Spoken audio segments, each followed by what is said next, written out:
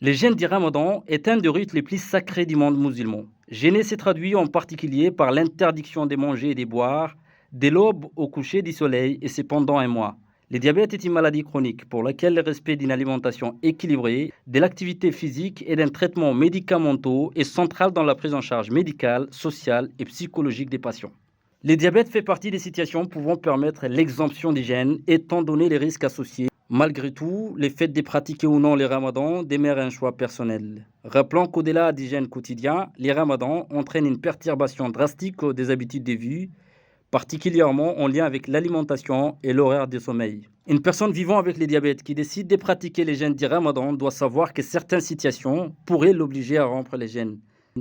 Les médecins font abstraction de l'influence de leurs propres convictions religieuses sur les consignes à transmettre à leurs patients diabétiques quant à la question relative au diabète et ramadan pour inviter et exhorter les personnes vivant avec les diabètes à se prendre en charge et de suivre leurs états de plus près.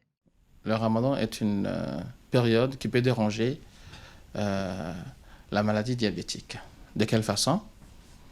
Tout d'abord, le rythme du sommeil est perturbé. Donc, on dort moins la nuit, donc ce qui peut entraîner des changements au niveau du corps, du fonctionnement.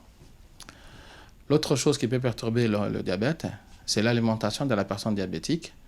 Généralement, lorsqu'on prend le foutour, le dîner et le suhour, qui sont souvent très rapprochés et très riches en glucides, surtout le foutour, des problèmes peuvent arriver lorsqu'on est diabétique et qu'on fait le jeûne.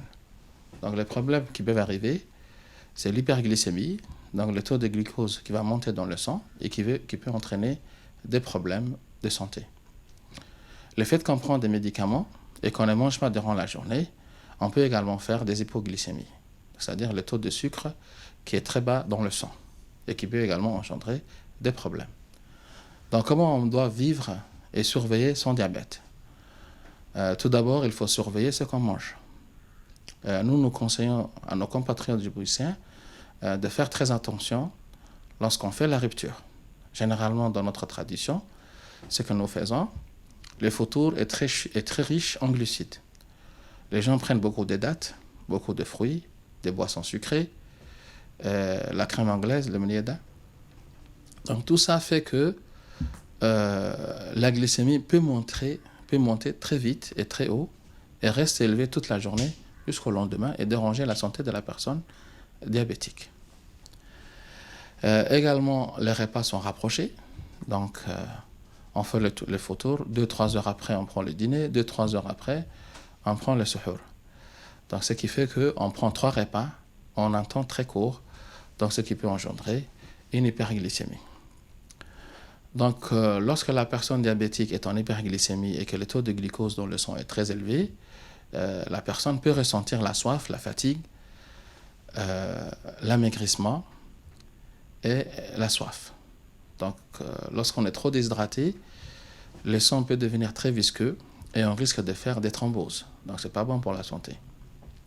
Si bien que dans la journée, lorsque la glycémie est très élevée, supérieure à 3 grammes, il est conseillé aux personnes diabétiques de rompre le jeûne.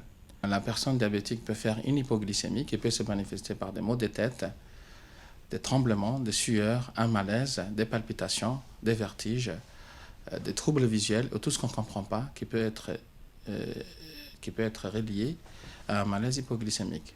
Si on a l'occasion de se contrôler et qu'on arrive à faire un contrôle glycémique avec son appareil dextro, l'hypoglycémie, c'est lorsque le chiffre de glycémie affiché sur la machine est inférieur à 80 mg par décilitre, ce qui veut dire 0,8 g.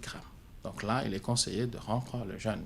Donc pour surveiller son diabète, il faut faire plusieurs contrôles par jour, jusqu'à 6 à 7 fois par jour, durant la journée et la nuit. Le matin à 9 heures, on doit se contrôler, parce qu'on se réveille avant d'aller au travail. Vers midi, il faut se contrôler. Vers 16 heures, il faut se contrôler. Avant la rupture, il faut se contrôler. Vers 11 heures, avant de se coucher, il faut se contrôler. Et avant de prendre le suhour, il faut se contrôler. Donc on rappelle qu'il faut rompre le jeûne lorsque la glycémie est inférieure à 80 mg ou 0,8 g ou supérieure à 3 g. Donc comment faut-il s'alimenter? Ce qu'on peut conseiller avec notre expérience, c'est d'éviter de prendre les photos classiques, de prendre beaucoup d'eau, bien sûr. Si on suit le prophète, sallallahu alayhi wa sallam, prendre 3 dates, 1 à 3 dates de l'eau, et puis manger directement, prendre directement son dîner. C'est la meilleure façon de contrôler son diabète, avec les médicaments qui sont prescrits, bien sûr. Donc l'alimentation qu'on doit prendre doit être équilibrée. Il faut que la personne mange toute seule, pas avec tout le monde dans la même assiette. Donc son assiette propre, l'assiette va être divisée en 3. Une partie va être composée des légumes, donc toutes sortes de légumes, des choux, salades, des tomates, oignons, tout ce qu'on veut. Une viande, une part de viande. Et puis l'autre part dans l'assiette, la troisième partie, on peut mettre des spaghettis, ce qu'on a cuisiné dans la maison. On peut prendre un fruit après avoir mangé. Donc il faut éviter de prendre le jus mixé. C'est pas bon, ça fait augmenter la glycémie, il ne faut pas en abuser. Lorsque, par exemple, la pastèque, le melon, la papaye, ce sont des gros fruits. Donc si on abuse avec la quantité, la glycémie peut trop monter. Donc on conseille de mettre un petit bol de fruits, de salade de fruits, et manger comme ça. Donc la meilleure boisson, c'est de l'eau. Et la personne répartit les médicaments en 2 temps, donc à la rupture et au suhour.